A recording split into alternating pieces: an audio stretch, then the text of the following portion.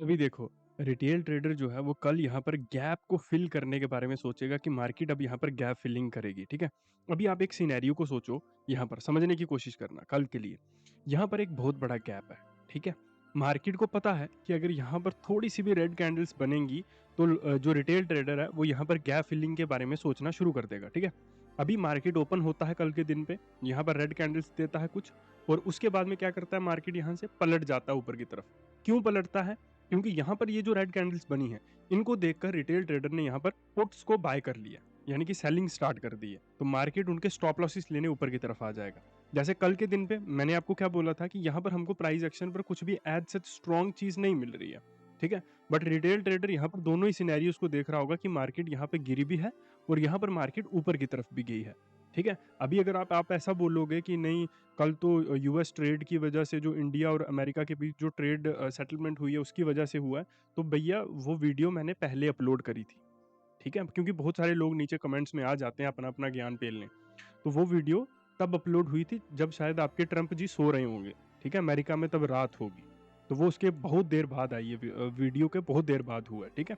और बहुत सारे लोग, मैं वैसे तो नहीं दे रहा था इन चीज़ों के ऊपर ध्यान, बट बहुत सारे लोग मुझे बोल रहे थे कि अगर तू इतना ही पैसा कमा लेता है। 2 क्वेश्चन्स जो जिनके मैं आज जवाब देना चाहता हूँ। सबसे पहला कि अगर तू इतना ही ज़्यादा ट्रेडिंग करता है तो लाइव आके बताना, ठीक है? दूसरा सवाल कि अगर तो ट्रेडिंग से पैसा कमा रहा है तो कोर्स बेचने के पीछे कोर्स क्यों बेच रहा है, ठीक है? दोनों के मैं जवाब दूंगा, जिसको सुनना है वो सुन सकता है, बाकी वीडियो को आगे आप कर सकते हो फॉरवर्ड। पहली चीज देखो, लाइव में आकर आप एक चीज को समझो, आप लोग बहुत समझदार मानते हो ना खुद को, ठीक है? लाइव मार्केट में जो बहुत सारे ब्रोकर्स होते हैं वो फेक अपना टर्मिनल देते हैं जिसके ऊपर आप पोजीशन को लेकर डिलीट भी कर सकते हो और पुराने ऑर्डर्स को भी आप डिलीट कर सकते हो, ठीक है? बहुत सारे ब्रोकर्स के ऐसे मिमिक्स भी बन जाते हैं कि एग्जैक्टली वैसा ही दिखने वाला। और अब कुछ कुछ ब्रोकर्स भी आपको प्रोवाइड कर रहे हैं आजकल ऐसी चीजें, ठीक है? तो लाइव से बेहतर वो चीज नहीं होती, ठीक है?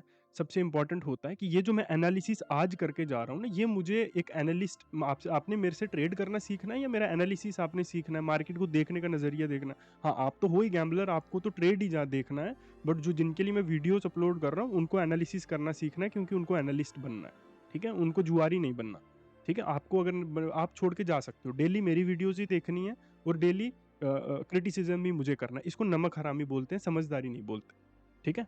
और पहली चीज कि देखो वहां पर वो होता है कि वो जो वो होते हैं वो फेक हो जाते हैं, ठीक है?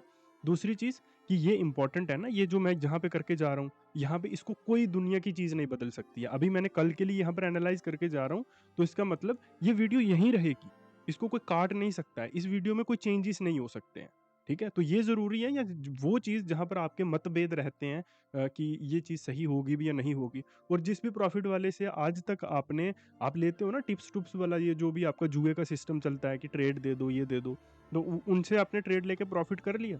नहीं किया ना, क्योंकि वो खुद लॉस में है। ऐसे एक एक 1.5 लाख में ऐसे बन जाते हैं, जीरोधा का भी बन जाता है ना, उसका एंजल वन का भी बन जाता है, क्योंकि कोडिंग से ही बना हुआ है ना एंजल का भी। वो कोई है नहीं कि भगवान ने शक्ति डाल के बनाया हुआ कि एंजल का मिमिक बन ही नहीं सकता, जीरोधा का मिमिक बन ही नहीं सकता, सबका बन जाता है ना, बिल्कुल सेम दिखने वाला इंटरफेस है ना।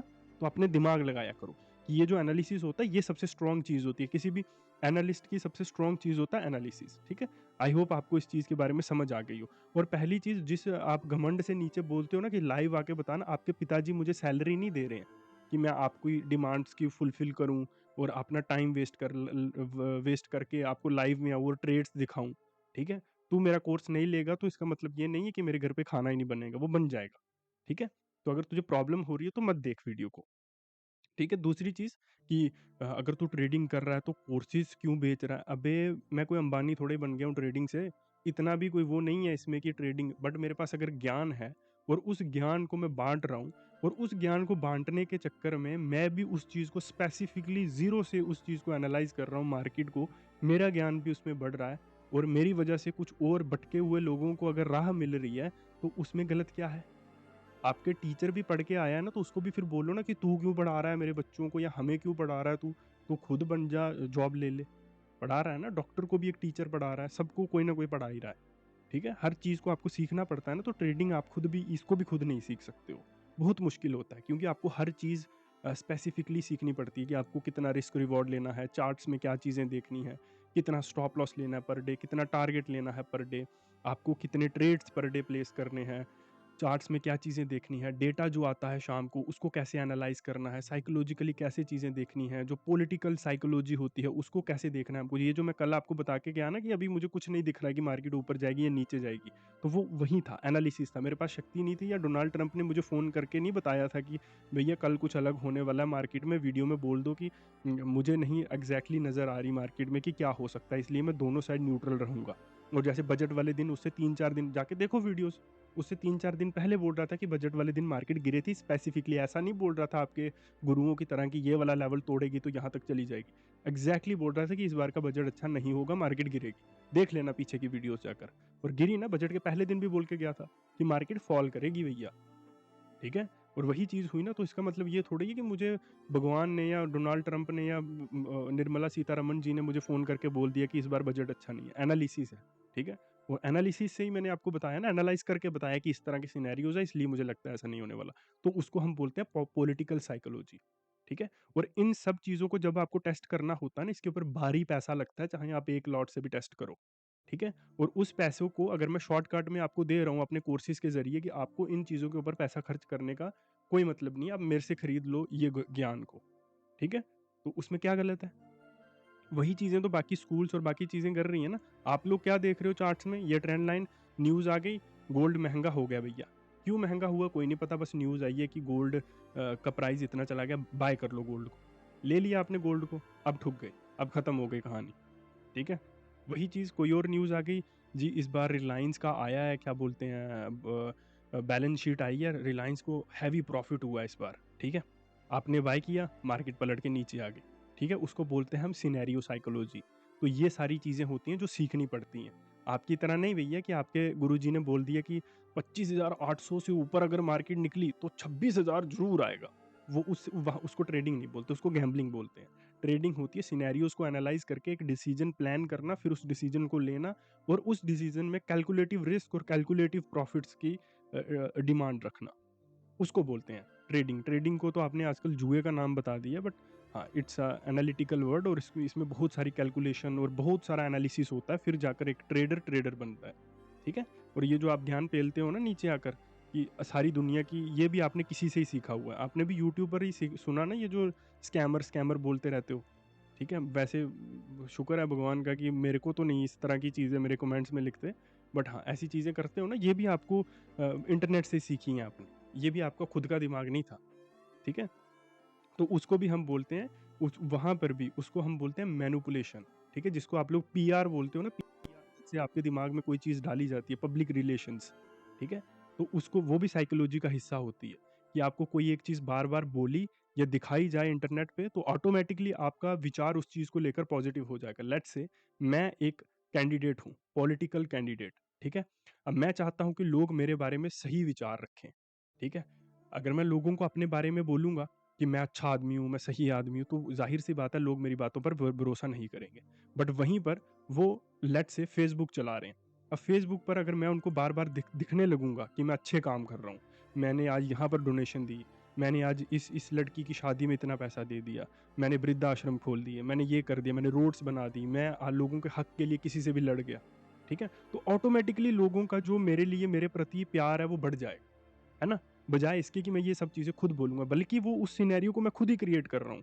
मैं खुद ही वीडियोज़ को शूट कर रहा हूँ, मैं खुद ही अलग-अलग पेजेज़ को दे रहा हूँ उसको डालने के लिए अच्छे वे में, मोटिवेटिंग गाना लगाकर, वो चीज़ें करके। उसको हम बोलते हैं पीआर साइकोलॉजी, ठीक है? तो ये सब साइकोलॉजी का हिस्सा होती हैं, ठीक है? अब पता चला ट्रेडिंग क्या होती है। ये नहीं होती कि 25,000 के ऊपर जाएगी तो मार्केट निकल जाएगी भैया, उस कंपनी का डेटा आ गया तो मार्केट कल ऊपर निकल जाएगी, वैसा नहीं होता। उसके पीछे बहुत बैक एंड रिसर्च होती है, बहुत सारी चीज़ें होती हैं जो आपको समझनी पड़ती हैं सीरियसली, ठीक है? तो ये चीज़ है। अभी कल के लिए अगर हम लोग यहाँ पर देखें मार्केट में, आई होप आपको जवाब मिल गए हों दोनों ही सवालों के। ठीक है? तो ये चीज़ें मैं अपनी क्लासेस में सिखाता हूँ लोगों को, ठीक है? कोई मैं वो नहीं सिखा रहा हूँ कि भैया यहाँ ट्रेंड लाइन ड्रॉ करो, अगर ये ट्रेंड लाइन का ब्रेकडाउन या ब्रेकआउट हुआ, तो आपको मार्केट फिर यहाँ तक चली जाएगी या वहाँ तक चली जाएगी, ठीक है? अभी देखो मार्केट यहाँ पर नीचे की तरफ आई है, नो डाउट मार्केट थोड़ा बहुत नीचे आ सकती है कल के लिए, थोड़ा बहुत क्या नीचे की तरफ आ सकती है, ठीक है? हम थोड़ा या ज़्यादा को नहीं कैलकुलेट कर सकते हैं, ठीक है? तो जहाँ अभी हमको अंदाज़ा लगाना है कि कहाँ तक क्या चीज़ हो सकती है, ठीक है? और एक चीज़ को ज़्यादा शान पट्टी करके मेरे लेवल्स के ऊपर या मेरे प्रेडिक्शंस के ऊपर ट्रेड मत करना। ऐसे पैसा नहीं बनता मार्केट में, साइकोलॉजिकली पैसा बनता है। मेरे क्या किसी के भी लेवल्स के ऊपर कभी भी ट्रेड नहीं करना है। जो मैं बोल के जा रहा हूँ, ये सिर्फ़ मैं डेमो दे रहा हूँ अपने नॉलेज का, अपने ज्ञान का और अपने एनालिटिकल एक्सपीरियंस का। ठीक है? बाकी अगर आपको सीखना ही है तो आप आ सकते हो, ये मेरा व्हाट्सएप नंबर है, यहाँ पर आकर सीखिए, ठीक है? ऐसे मत करो, अपना दिमाग मत लगाओ कि हाँ, ये चीज़ें हमको फ्री में मिल रही हैं, ये डेमो होता है, ठीक है? तो 25,500 का ये जो नंबर है, हम लोग इसको मार्क करके रख लेंगे। अगर कल के दिन पे इससे नीचे निफ्टी क्रैक करता है, तो फिर उसके बाद मैं इंटरेस्टेड नहीं रहूँगा यहाँ पर कुछ भी करने के लिए, ठीक है? क्योंकि ये एक लास्ट राउंड नंबर है, सॉरी ये ऊपर लग गया है 22,500 यस यहाँ तक, ठीक है? उसके बाद में ऊपर की तरफ 26,000 बस ये एक रेंज रहेगी मेरे लिए, ये 2 लेवल्स रहेंगे मेरे लिए, जिसके बीच में मार्केट को मैं एक्सपेक्ट करूँगा कल के दिन पे।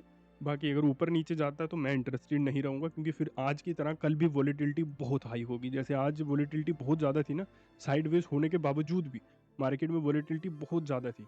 तो वही चीज़ कल भी हो सकती है, तो उस चीज़ का आपको ध्यान रखना है, अच्छे से ट्रेड करना है और अगर आप लोग सीखना चाहते हैं तो ये हमारा व्हाट्सएप नंबर है, आप आइए क्लासेस को जॉइन कीजिए और सही तरीके से सही चीज़ों को सीखिए। थैंक यू वेरी मच, मिलता हूँ मैं आपको कल यहीं, तब तक आप फॉलो, सब्सक्राइब जो भी होता है वो कर लो।